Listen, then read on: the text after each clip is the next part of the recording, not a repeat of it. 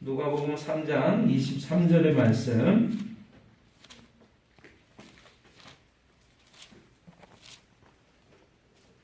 우리 23절 그 앞부분만 좀 읽도록 하겠습니다.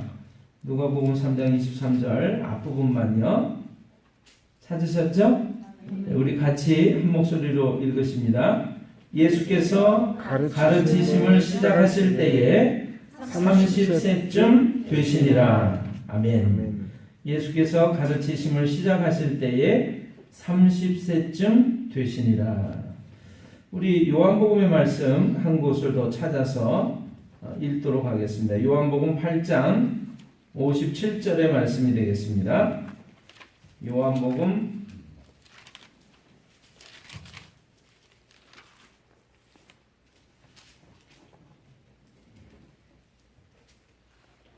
8장 57절의 말씀.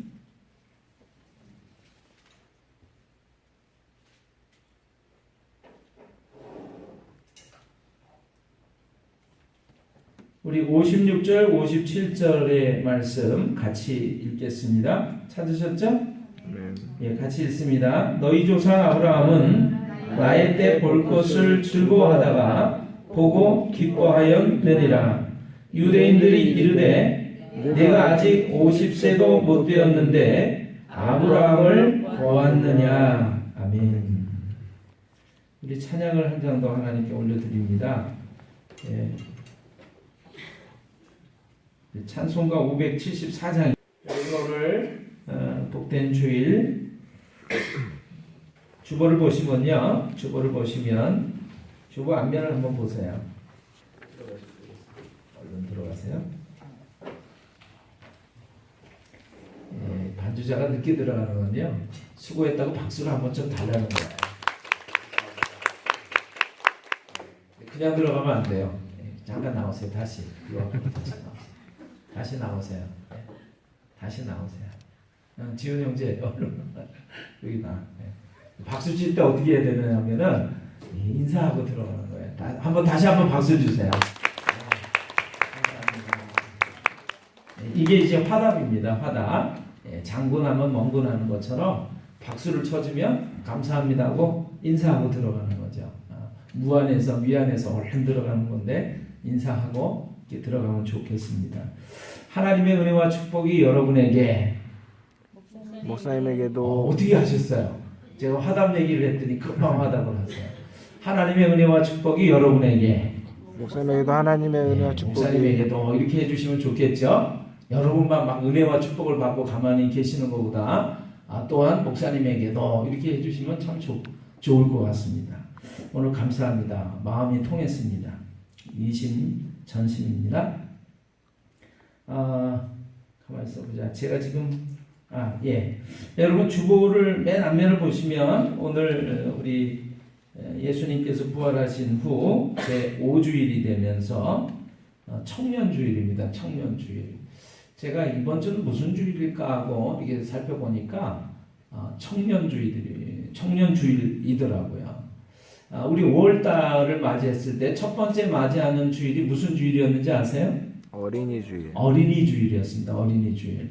그 다음에 무슨 주일이요? 어버이주일. 어버이주일이었습니다. 오늘 청년주일입니다. 네. 오늘 청년들이 다 앉아 계신 줄로 믿습니다. 아멘. 여러분 나이와 몸의 모습에 상관없이 마음이 새로우면 젊으면 다 젊은이가 되는 줄로 믿으시길 바랍니다. 아멘. 오늘 젊은이들이 앉아 계신 줄로 믿습니다. 아멘. 네. 젊은이가 이렇게 소리가 잘 나오는지 모르겠어요. 젊은이들이 앉아 계신 줄로 믿습니다. 아멘. 아멘. 예, 아멘. 예, 감사합니다. 근데 진짜 젊은이 소리가 잘 안 들리는 것 같아요. 예, 앞에 있는 40대 젊은이는 큰데 20대, 30대 젊은이는 별로 소리가 잘 안 들리네요. 누가 그러더라고요.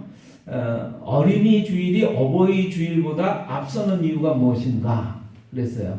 여러 가지 설이 있답니다. 그런데 제가 그 설을 읽으면서 다 이 설도 뭔가 정말 일리가 있었고 두 번째, 세 번째 설도 일리가 있었어요. 근데 그 설들이 다 어떤 내용이냐면 어린이 주일이 어버이 주일보다 앞선 것은 어린이가 중요해서라고 할 수도 있겠지만 그 어린이에게 여러 가지 선물과 용돈과 관심과 사랑을 막 쏟아부어주면 어버이 주일날 그 베푼 사랑과 축복과 준 용돈만큼이 어버이에게 감사하는 마음으로 돌아올 수 있기 때문에 어린이 주일이 앞서 있는 것이다. 그런 얘기였어요. 믿으시나요? 예. 그래서 어버이 주일날 우리 아들이 우리 딸이 이렇게 큰 선물을 했어요라고 자랑하는 분은 어린이 주일날 자녀들에게 말할 수 없는 축복으로 큰 용돈으로 선물로 그렇게 뇌물을 준 어버이라는 이야기가 있습니다. 믿거나 말거나.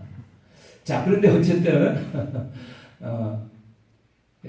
여러분 그러면 이제 한번 생각해 보세요.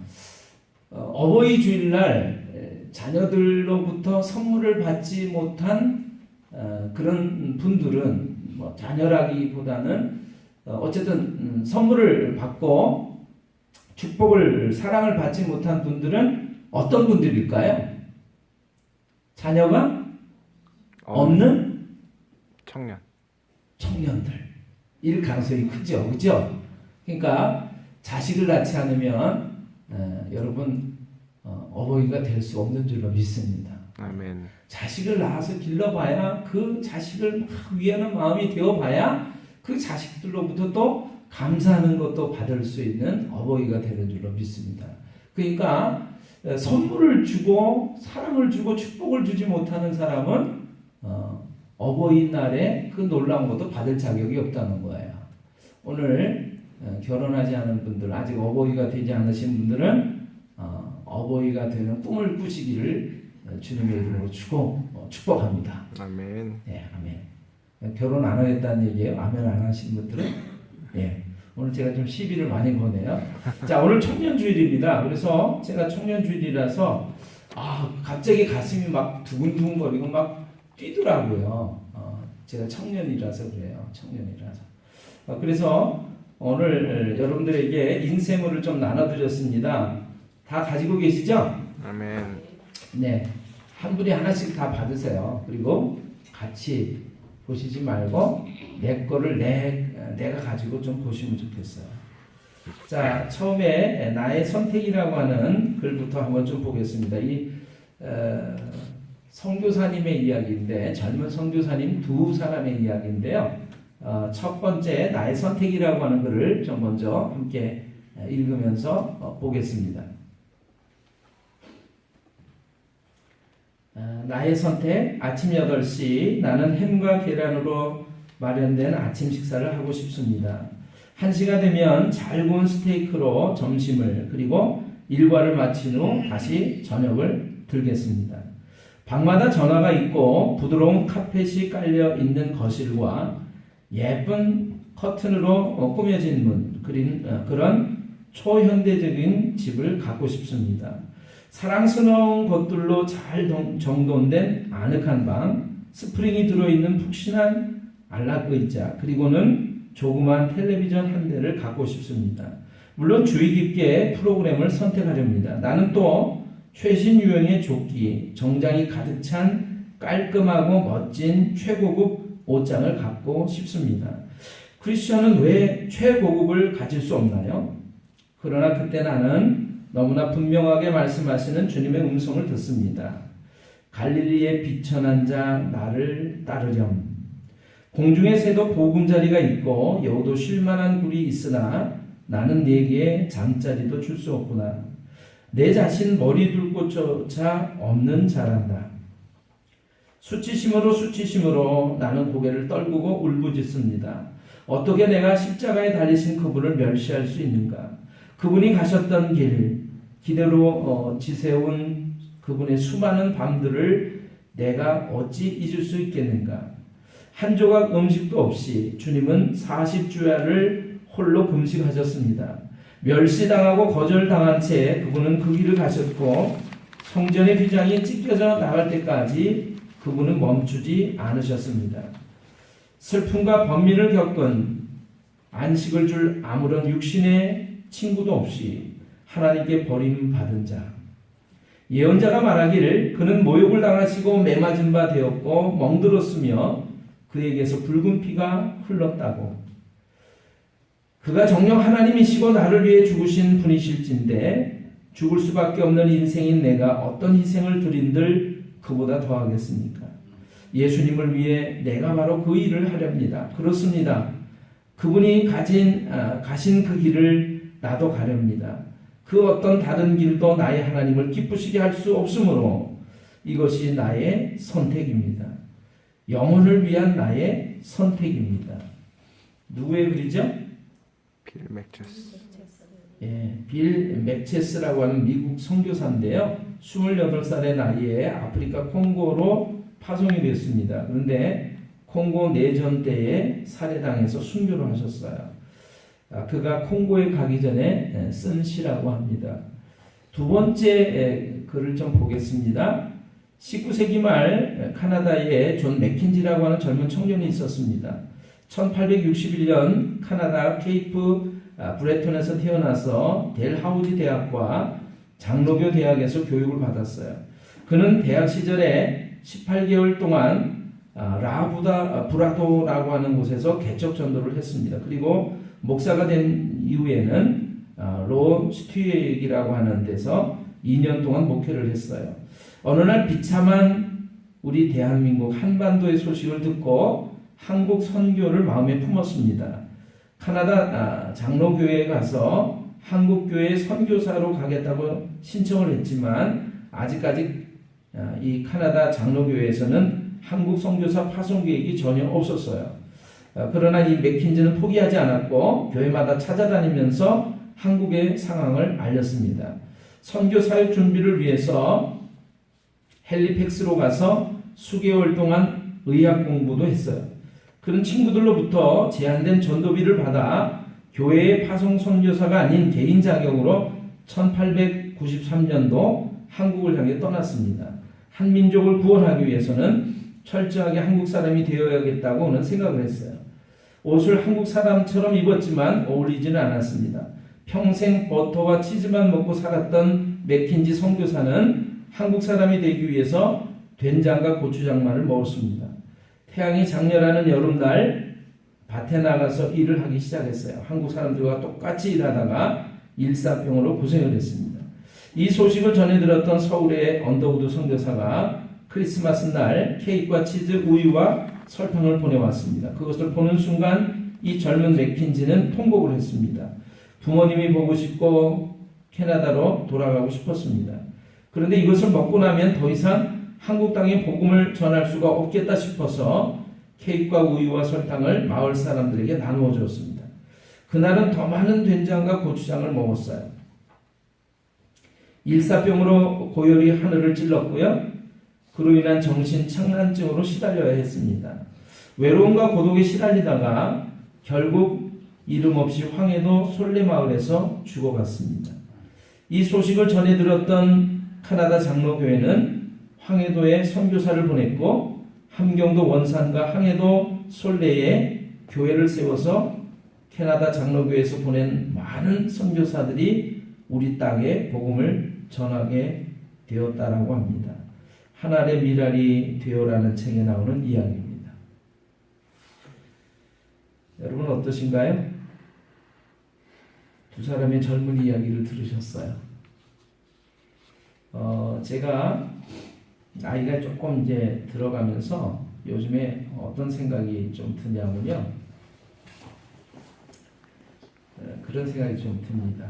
여러분들도 그런 생각을 하실는지 모르겠는데 제가 이런 생각이 좀 들어요. 아이고 젊은 것들이 뭘 할 수 있겠냐. 아직도 어리고 젊은 것들이 뭘 알겠냐. 이런 생각이 제가 좀 들어요. 그러니까 나이가 좀 들어간다는 얘기겠죠. 젊은 사람들을 보면 그런 생각이 제가 좀 들어요. 근데 여러분 오늘 예수님이 그 공생의 사역을 시작하실 때 나이가 어느 정도 좀 되셨다고요? 30세쯤 되었더라. 제일 큰 딸이 30세쯤 됐단 말이죠. 예수님께서 그 놀라운 사역을 시작하실 때 나이가 몇 살이요? 30살쯤 됐다라는 거예요. 예. 제가 말씀을 읽으면서 충격을 받았습니다. 30살. 그리고 33살. 그 나이에 그분은 세상을 구원하셨습니다. 여러분과 저를 구원하셨어요. 아멘이신가요? 아멘. 그분은 어린아이이셨고 그분은 청년이셨어요. 저는요, 나이 들어간다라고 하는 것이 아무런 자랑거리가 되지 못하는구나 하는 생각을 했습니다. 이 젊은 두 분의 선교사님의 이야기를 들으면서 제 가슴이 막 뛰는 거예요. 여러분에게 이야기 하나를 더 소개를 해드릴까 싶습니다. 이 이야기는요, 가끔은 어리석어 보자라는 이야기 글이에요. 그냥 제가 읽으려고 합니다. 잘 들어주시길 바랍니다. 다람쥐는 가을이 오면 겨울 양식인 도토리를 부지런히 땅에 묻어두는데 묻은 장소를 다 기억하지 못한다고 합니다. 결국 다람쥐의 겨울 식량이 되지 못한 도토리는 나중에 큰 도토리 나무가 되어서 다시 다람쥐에게 도토리를 선물하게 됩니다. 다람쥐의 기억력이 탁월해서 묻어둔 도토리를 전부 찾아 먹어버렸다면 산속의 도토리 나무는 씨가 말랐을 것입니다. 다람쥐는 어리숙함 때문에 또 다른 식량을 제공받게 되는 것이지요. 요즘 세상에 어리석은 사람 찾기가 힘듭니다. 모두 영리하고 똑똑하고 계산이 빠르고 이익에 아주 밝습니다. 영리하다 못해서 영악하기까지 합니다. 옛말에 기지는 가급하나 기우는 불가급하다라는 말이 있습니다. 이 말의 뜻은요, 똑똑한 사람은 따라할 수 있지만 어리석은 사람은 흉내낼 수 없다, 그런 말이에요. 사람은 영리해지기는 쉬워도 어리석어지기는 힘들다라고 하는 말입니다. 그만큼 어리석은 것을 따라하기는 더 힘들기 때문에, 왜 그러냐면 자기를 낮추는 모습이 되기 때문에 그렇습니다. 영악한 사람은 사람에게 상처를 줄 수 있지만 어리석은 사람은 그래서 오히려 사랑을 받을 수 있습니다. 사실 사람에게 허점이 있으면 다른 사람이 그걸 채워주려고 합니다. 사람의 관계가 바로 그런 것입니다. 서로의 모자람을 채워주고 어리석음을 감싸주고 미숙함을 배려해 주는 것이 인간관계를 형성해 주는 것이지요.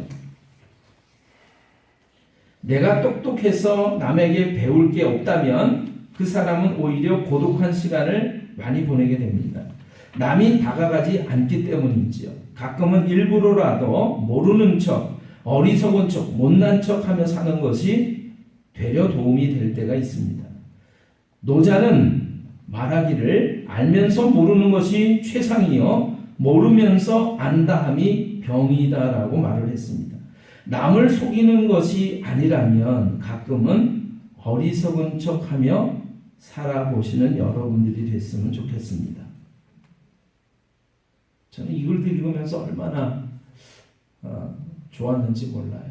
그러면서 바보처럼 살았던 사람이 생각이 났습니다. 여러분, 성산 장기료 박사는요, 간을 수술하는 외과 의사였습니다. 돈을 벌기로 했다면 지금 돈으로 수십억, 수백억을 벌 수 있는 사람이었는데 서울대 의대를 나와가지고 그 옛날에 되기 힘든 우리나라 의사 박사 1호를 땄던 사람이에요. 근데 이분은 나눠주는 삶을 살았습니다. 나눠주는 삶을 살았어요. 이렇게 양복을 입고 나갔다가도 거리를 만나잖아요. 도움을 청하는 사람을 만나잖아요. 주머니에 있는 돈을 다 내주고 옷을 벗어주고 신발까지 벗어주고 들어와서 그분의 며느리가 속상할 때가 많았다라고 해요. 이분이 돌아갈 때는 구두 한 컬레 남아 있었고 돈이 2만 원인가 남아 있었는데 그것도 자기를 돌봐주던 그 간호사에게 수고한 비용으로 이렇게 남기고 갔다라고 합니다. 이분은 자기 집이 없었어요. 그래서 자기가 세운 병원 그 옥상 위에 있는 옥탑방에서 삶을 마감하셨는데 평소에 이제 병원 원장이기도 하고 막 그런데 월급을 받아갈 돈이 없는 거예요. 왜냐하면 환자들의 치료비를 대신 내주느라고 받아갈 돈이 없고요. 그래서 월급을 종종 먼저 그 선불을 해가지고 또 환자들의 치료비를 대신 내줬다고 그래요. 어떤 환자들에게는 그렇게 얘기를 했다고 합니다. 병원비가 없어서 힘들어하는 그 환자에게는 내가 병원 뒷문을 열어놓을 테니까 밤중에 몰래 도망가라고 이렇게 얘기를 했대요. 그리고 환자가 오면 당신의 병은 닭을 한 마리 푹 구워서 먹으면 낫는 병이요. 이렇게 처방전을 써줬다고 해요. 쓸데없는 약, 이 약, 저 약 먹어라, 주사를 맞아라 그러면서 병원비를 받지 않았다라고 하는 것이죠. 그러다가 도저히 이제 안 되니까 병원이 운영이 안 되니까 이름만 원장 자격으로 있고 그래서 이분의 월급은 전부 미리 그 행정을 맡은 그 실장이 먼저 가서 그 격리부서에 가서 돈을 타갔다라고 해요. 그래서 환자들의 치료비로 내줬던 그 모든 것들을 했다라고 합니다. 이분이 이렇게 사니까 이분이 많은 제자들이 있는데 오늘 제자가 그렇게 얘기했대요. 선생님, 사람들이 선생님을 바보라고 합니다. 그랬더니 이분이 껄껄 웃으면서 바보라고 한다면 사람들이 나를 바보라고 말을 한다면 나는 삶을 잘 사는 거라고 생각한다. 이렇게 얘기를 했대요. 예수님도 바보처럼 사셨다는 거죠. 여러분 30살의 나이에 그분의 원래 신분은 뭐예요? 세상을 창조하신 창조주 하나님, 능력의 하나님이죠. 비록 인간의 몸을 입고 계시지만 마귀도 사탄도 그분의 발 아래 굴복하는 귀신 들린 사람들이 그렇게 고백하잖아요. 예수님을 딱 만나는 순간 하나님의 아들이시여 어찌하여 나한테까지 오셨습니까? 나를 멸하려 하시나이까? 그러면서 부들부들 떨잖아요. 그래서 그 군대 귀신 들렸던 사람에게 귀신을 쫓아내 주실 때 그 돼지떼에게로 들어갈 것을 허락하니까 그 군대 귀신이 돼지떼에 들어가서 몰사하는 이야기가 성경에 기록이 되어 있습니다. 그분은 그러한 능력이 많으셨던 분이셨어요. 권세가 있는 분이셨어요. 그런데 여러분 인간의 몸을 입고 계실 때는 30살의 청년이었단 말이죠. 그런데 이 30살의 청년이 어떤 삶을 삽니까? 사람들이 그분을 때리고 침뱉고 수염을 뽑고 그리고 네가 하나님의 아들이면 이러면서 모욕을 하면서 마침내 십자가까지 끌고 가실 때 그분은 말없이 그 죽음의 자리를 가셨어요. 그 이유는 무엇입니까? 그분이 그렇게 죽어야만 우리의 모든 허물과 죄가 용서받을 수 있기 때문에 그 죄가 하나도 없으신 그분이 우리를 대신해서 그 길을 가셨단 말이죠. 사람의 생각으로 볼 때는 그건 바보 같은 짓이었습니다. 그렇게 바보처럼 살 수 있을까? 하나님의 능력과 권세를 한 번도 발휘하지 않으시고 그분은 육신의 죽음을 받아들이시고 우리의 구원을 이루셨어요. 저는 그 생각을 했습니다. 어떻게 청년이 그럴 수 있었을까? 30살의 청년이 33살의 청년이 저는 오늘 아침에도 그 사실을 묵상하면서 이렇게 고백을 했어요. 그분이 나 때문에 바보가 되셨어요. 여러분 오늘 여러분에게 나를 드린 인쇄물에 이 이야기가 실려 있습니다. 나이가 오래도록 이제 혼자 몸이 돼서 자식을 길렀던 한 어머니의 이야기가 실려 있습니다. 실려 있나요? 예. 그 어머니가 환갑잔치를 해요. 잔치를 벌입니다. 생신잔치를 벌입니다. 자식들이 다 잘 됐기 때문에 부자가 된 아들, 딸들이 금반지를 선물하고 값비싼 선물을 어머니에게 선물로 드립니다. 근데 막내 자식이 너무 가난하게 살아요. 근데 가난한 그 자식이 어머니에게 선물로 가져온 것은 닭찜이었습니다. 닭찜. 근데 다른 자식들이 의아하게 생각하는 거예요. 왜요? 어머니는 평소에 닭고기에 대한 알레르기가 있어서 닭찜을 잡수지를 않으셨거든요. 근데 그 막내가 해온 닭찜을 너무나도 이 어머니가 맛있게 드시는 거예요. 그 부자 아들, 딸이 선물한 그 값비싼 선물들을 다 돌아보지 않고 오직 이 막내 자식이 해온 그 닭찜을 그렇게 맛있게 드시는 거예요. 얘기가 그 이유가 기록이 되어 있습니다. 이 어머니는 가난한 형편에 자식을 기르다 보니까 많은 자식을 기르다 보니까 닭고기를 먹을 일이 있을 때 그분의 입에 넣을 기회가 없는 거예요. 그러니까 자식들한테 거짓말을 합니다. 나는 닭고기 알레르기가 있단다. 너희들이나 먹으렴. 그래서 자식의 입에다가 닭고기를 다 넣어준 거죠. 막내 자식이 어버이가 돼서 자식을 낳고 길러보니까 가난하게 살아보니까 그 어머니의 마음을 이해하게 됐습니다. 닭찜을 그래서 해온 거예요. 그래서 어머니는 비로소 그 가난한 막내 자식이 해온 닭찜을 맛있게 드셨다라고 하는 것이죠. 여러분, 어머니의 닭고기 알레르기는 바보 같은 짓이죠. 사람의 생각으로 볼 때는 바보 같은 짓입니다. 그러나 그것은 사랑입니다. 예수님의 행동은 바보 같은 짓이었어요. 하나님이 인간이 되시다니, 인간처럼 되셔서 낮아지시다니, 인간이 되셔서 죽으시다니, 그것은 바보 같은 짓이었습니다. 그러나 그것은 진정한 사랑이었어요. 저는 오늘 그래서 설교 제목을 그렇게 잡았습니다. 청년 예수, 바보 예수. 오늘날의 청년들만큼 똑똑한 사람들이 있을까요? 요즘 청년들 무시하면 안 됩니다, 여러분. 예, 선물 많이 하시고 귀한 사람으로 여기시기를 바랍니다. 세상을 뒤집어 놓을 주인공들이 이 사람들입니다. 예. 아멘 하시는 분들은 다 그분의 당신들의 자녀들이 그렇게 될 줄로 믿습니다. 아멘. 그런데 여러분, 그 지혜를, 그 능력을 발휘하지 않고, 그 혈기를 발휘하지 않고 바보처럼 죽으신 그 하나님의 아들 예수, 나의 주, 나의 하나님, 나의 예수님.